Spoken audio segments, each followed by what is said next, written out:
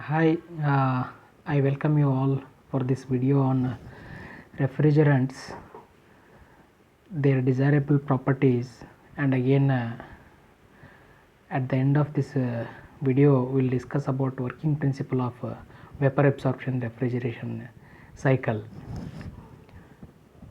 Now, as we know, ozone layer is depleting uh, day by day because of chemical substances that we are using. So which are those substances?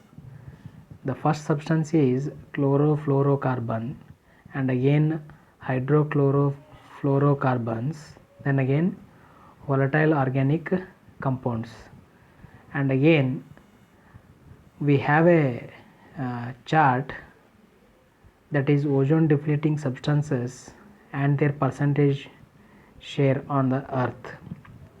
We know that the refrigeration and air conditioning is responsible for depletion of around 29% of the total ozone area. Hence, the usage of proper refrigerant is very important in refrigerant. Now, how to select the refrigerant? Proper refrigerant. Refrigerant selection is based on many factors. First of all, it should provide good performance for the refrigerator. Means it should provide adequate cooling capacity and it should be a cost effective one. Means it should be easily available at lower cost. Then safety, it avoids hazards, means it should not be a toxic substance, it should be non-flammable one, so it should be very safe for usage. Then environmental impact, it should not harm the ozone layer for and cause the global climate change. So now let's look into a few refrigerant types and their characteristic. We have the list of refrigerant on the screen: R12, R11, R113, R22, so then R123 for YF. Then we have refrigerants and their composition. These are the compositions.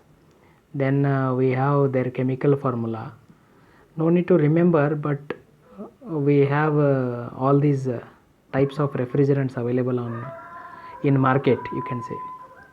Then we have naturally available refrigerants such as carbon dioxide, ammonia, methane, propane. These are natural components and their chemical formula. Now we have the last column, that is global warming potential. Means the chemical refrigerants, so they have more GWP values. Natural refrigerants have got very less GWP values. So this is one point that we have to remember. We should prefer low GWP refrigerants.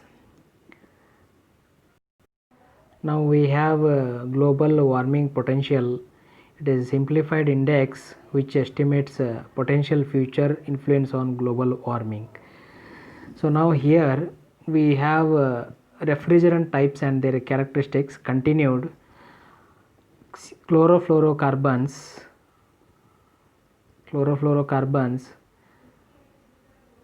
are synthetic refrigerants and containing chlorine. So as we know, chlorine is a very harmful gas. If it enters ozone layer, it starts eating the ozone molecules in the ozone layer, and if chemical reaction is started by one chlorine molecule in the ozone layer, it continues for many years and ozone layer depletion continues. So hence usage of chlorofluorocarbons is limited and it is regulated by international boards or regulations, you can say. Then we have hydrofluorocarbons, and these are not including any chlorine in them, and they are safe for use, hence they do not contribute to them for ozone depletion. And again, natural refrigerants, we have natural refrigerants. These are one more type of refrigerants, and these can also serve as a refrigerant. Here we have carbon dioxide, then ammonia, and few hydrocarbons. But ammonia, again, it is being used in many industries, but it is toxic in nature. And desirable properties of refrigerants, it's very important from VTU exam point of view. So we have refrigerant properties. First property is boiling temperature of the refrigerant. See, it should be low at atmospheric conditions. Boiling temperature should for a refrigerant must be always low, because see, if it is low, it starts boiling at lower temperature after absorbing heat from the refrigerated space. That is what we want. Inside refrigerator, we set the temperature to 0 degrees Celsius in ice compartment, and less than 5 degrees Celsius in outside compartments. So hence the refrigerant, if it boils less temperature, at less temperature, then it is able to absorb heat energy from the refrigerated space effectively. So hence higher boiling temperatures are not desirable for why? Because it affects the functioning of compressor. So in exam, these keywords are very important, means it should have low boiling temperature. Then again, we have freezing temperature. It should be very low. Freezing temperature should be very low.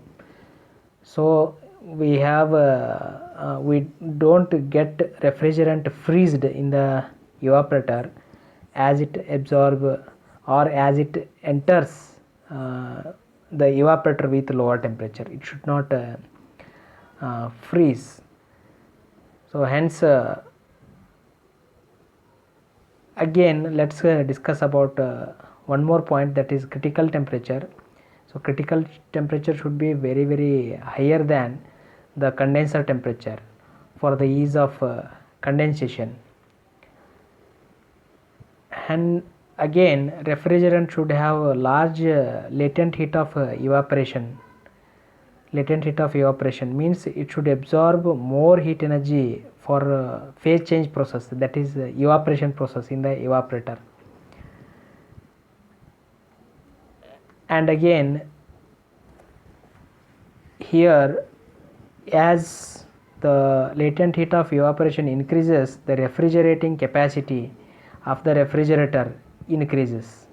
Because what is the refrigeration capacity?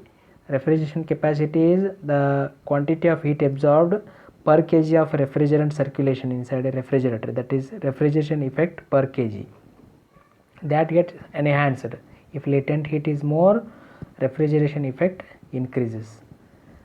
Then we have it should have a small specific volume. If specific volume is less, we can circulate the refrigerant easily inside the refrigerator coils. So hence it should have a small specific volume. Next property is specific heat of refrigerant. Specific heat of refrigerant in liquid form, it should be small and it should be large when it is in vapor form. This is the requirement for proper operation of a refrigerator. Then again, thermal conductivity. Thermal conductivity is nothing but, we know, it is the ability of any substance to conduct heat through it. It should be very high. If thermal conductivity is very high, it conducts the heat at faster rate in condenser to reject it into atmosphere, and again it conducts itself heat energy once it absorbs in the evaporator. Hence, if thermal conductivity is high, it does these functions at a faster rate. More the thermal conductivity, more the ability of refrigerant to conduct the heat through it. Then viscosity of refrigerant should be very very small, as we have understood the viscosity term from fluid mechanics. It is the resistance offered for the flow of the fluid. So if it is very very small, it will be easy for the refrigerant to flow inside the tubes of the refrigerator. Then viscosity should be very very small. It's a repetitive, I'm sorry for that. Then refrigerant should be chemically inert and it should be non-toxic. This refrigerant should not react. If refrigerant starts reacting it, the refrigerator life get reduced. So we pay amount or invest the money in purchasing a refrigerator. It should have good life. If the refrigerant inside is too toxic and damages the pipes, it is not so acceptable. Hence it should be non-toxic one. Then refrigerant should be non-flammable. Whenever refrigerant leaks out of a refrigerator, it should not catch immediately fire. Then refrigerant may be pleasant. It should have distinct odor, means the odor which is able to be identified by the user of the refrigerator if any leakage is there. Then refrigerant should be readily available at lesser price. Of course, that is the need of every user of a refrigerator. Then selecting the right refrigerant, which refrigerant I have to choose. We saw in the table many refrigerants we had listed, which one to choose for our use. It depends upon the applications, in which application you want to use the refrigerant. First one is several refrigerants such as CFCs, ammonia or carbon dioxide. They are used in many applications. Out of that, first one is R11, R12, R22. These refrigerants accounts for 90% of the refrigeration market. Means most widely used refrigerants these are in the present day refrigerators. Next, industrial and heavy commercial sectors use ammonia. Ammonia as a refrigerant. Even though it is toxic, it is being used by many heavy industries.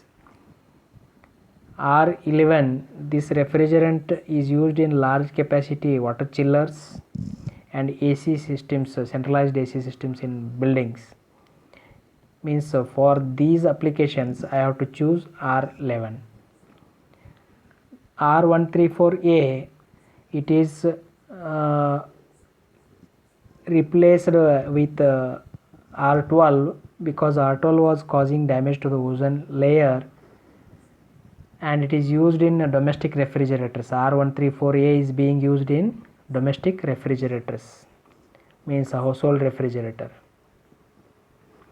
R22 is used in window air conditioners, then commercial air conditioning buildings, wherein we are using R22 refrigerant. Means which one to choose for my application.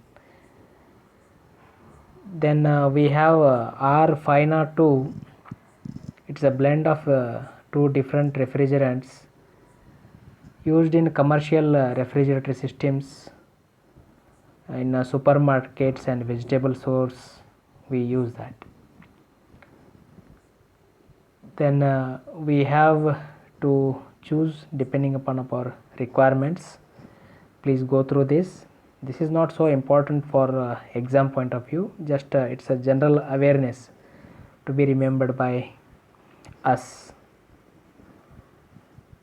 Next we will discuss about vapor absorption refrigeration systems. we have discussed about vapor compression refrigeration system, wherein that system had the condenser. Vapor compression refrigeration system had condenser, it had an expansion valve, and it had evaporator. In addition to these three devices, we had a compressor here. Now we are replacing that compressor by these elements. What are the elements? First one is generator, another one is absorber, and there is a small pump, and there is a expansion valve. Means we in addition to that, we have one more small device, rectifier, and all these devices were connected through pipes, and refrigerant was circulating here. Now that compressor is replaced by these devices, and we are using very small pump for circulation of refrigerant here. And one thing to be noted is, instead of using the chlorofluorocarbons and other synthetic refrigerants, we are using the ammonia and water mixture as a refrigerant here. Actually, only ammonia is a refrigerant. Water is acting as a carrier agent for the ammonia. Now we will see where this vapor absorption refrigerator can be used. It can be used wherever there is a availability of inexpensive thermal energy, and it must be at temperature of 100 to 200 degrees Celsius. Means what are the resources for heat energy? Geothermal energy. If geothermal energy is available with a temperature drop of 100 to 200 degrees Celsius, we can install such vapor absorption refrigeration cycles, or refrigerator you can say. Then solar energy can also be used, and waste heat from cogeneration. Cogeneration is again it is a term used in sugar industries, because in sugar industry we produce the steam. The produced steam is part of the steam is used for sugar manufacturing process, and part of that is used for power generation also. So hence we can use this in cogeneration plants, then steam power plants, wherever waste heat availability is more. Now we will proceed. It has two very important commercial and industrial applications. Larger capacity refrigerators are built with this technology only, that is ammonia water absorption refrigeration system. Principal components of this vapor absorption refrigeration system can be represented on a line diagram in this fashion. As we have already discussed, in this refrigerator, compressor is replaced by these devices. First one is, this is the inlet condition, wherein the refrigerant enters a device called as absorber, then it enters pump. From pump it is entering another device called as generator. From generator again it is coming out at state 2, and remaining liquid is flowing here. We will understand its working in the next slide, but this is a schematic diagram. You can note down and remember the name of the parts as well as the line diagram. The left side, as we have understood, the same components of VCR have been retained, that is condenser, evaporator, then expansion valve. So these are the valves that we have used. And again, the refrigerant used in this is ammonia, and only ammonia flows through these devices. We have to remember that point. And now right side of this cycle, this is the cycle, right side of this cycle, it has an absorber, as we can see on the screen. This is an absorber. Then we have generator, there is a pump, this is the valve, and these are connected. And again we have in this absorption refrigeration system there is a transport medium and refrigerant, both are there. It involves absorption of refrigerant by a transport medium. The transport medium used is water in this refrigerator, and refrigerant is ammonia. See, now the we'll understand how this refrigerator works. Here the compression job is done by this right part of this refrigerant here, and the power input for this compression section of this refrigerator is very less when compared to the compressor used in the VCR system, that is vapor compression refrigeration system. That is the advantage of this ammonia water absorption refrigeration system. Now let's look into its working now. Here we have first the input, that is the refrigerant, that is ammonia refrigerant NH3 in liquid form enters this evaporator, absorb heat energy from the refrigerated space, then gets evaporated. The vapor ammonia enters the device called as absorber, wherein this ammonia vapor is absorbed by the water. We have the water here, so then this ammonia vapor enters this absorber device. That water and ammonia both gets combined, they form ammonia water solution, that is called as strong solution. Then ammonia water solution is from the absorber is absorbed by a small pump, and this pump pumps this strong solution into the next device called as generator. Inside the generator we have a heating coil or heating activity takes place.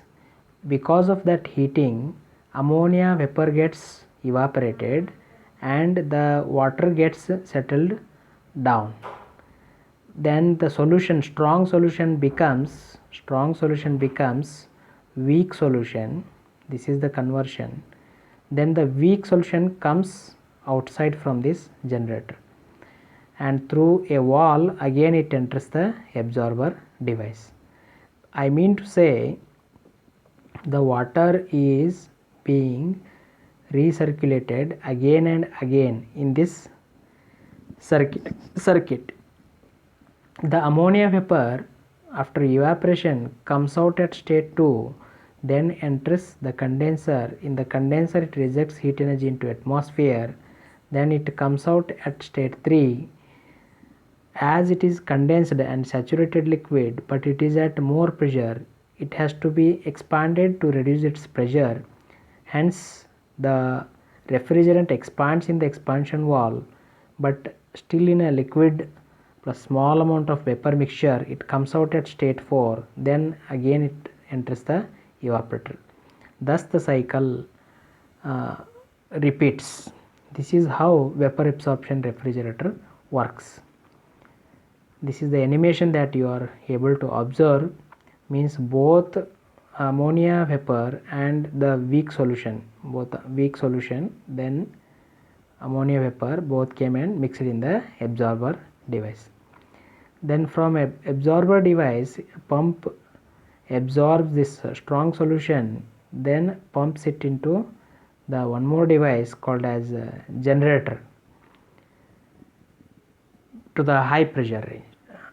And this work required to pump it into the generator is very less when compared to that VCR compression process, power input to the VCR compression process. Then ammonia vapor is separated in the generator as we have discussed, then it enters the condenser. Then here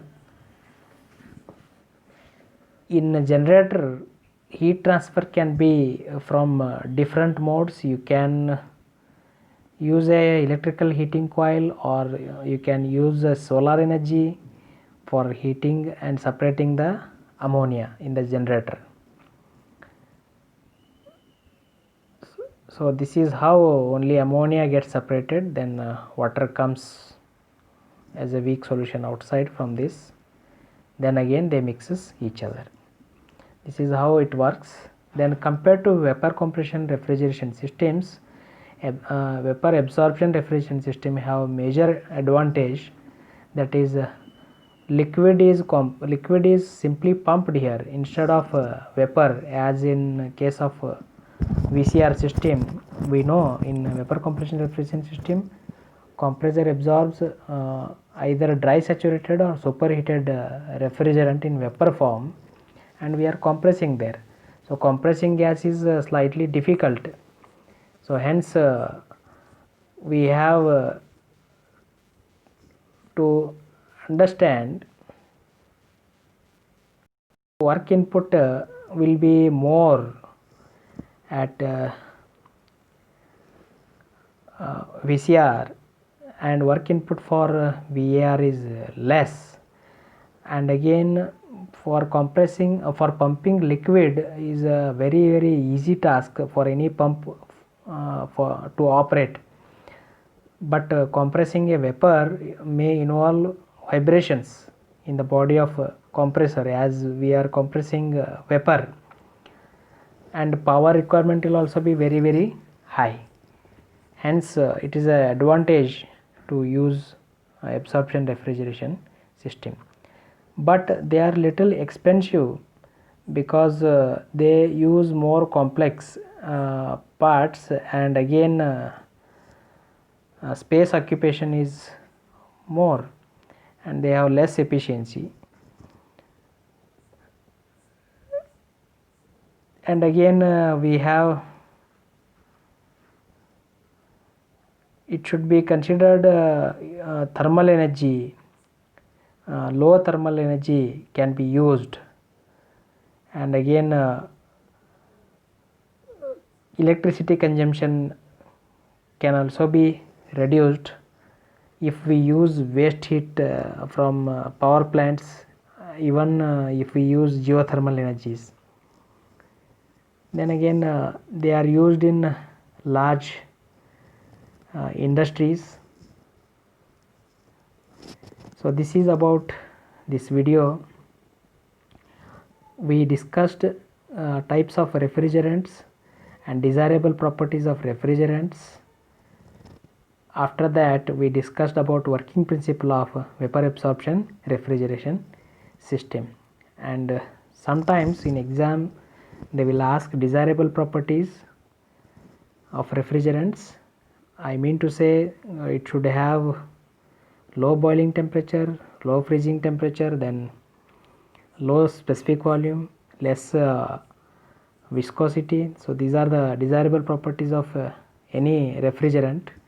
And vapor absorption refrigeration system, it uses ammonia and water as a refrigerant, and we have understood the compressor part of VCR is replaced with the additional devices such as absorber, generator, pump and valve. and the refrigerant is alternatively becoming a strong solution and weaker solution, and it is circulating again and again between absorber and generator using a pump.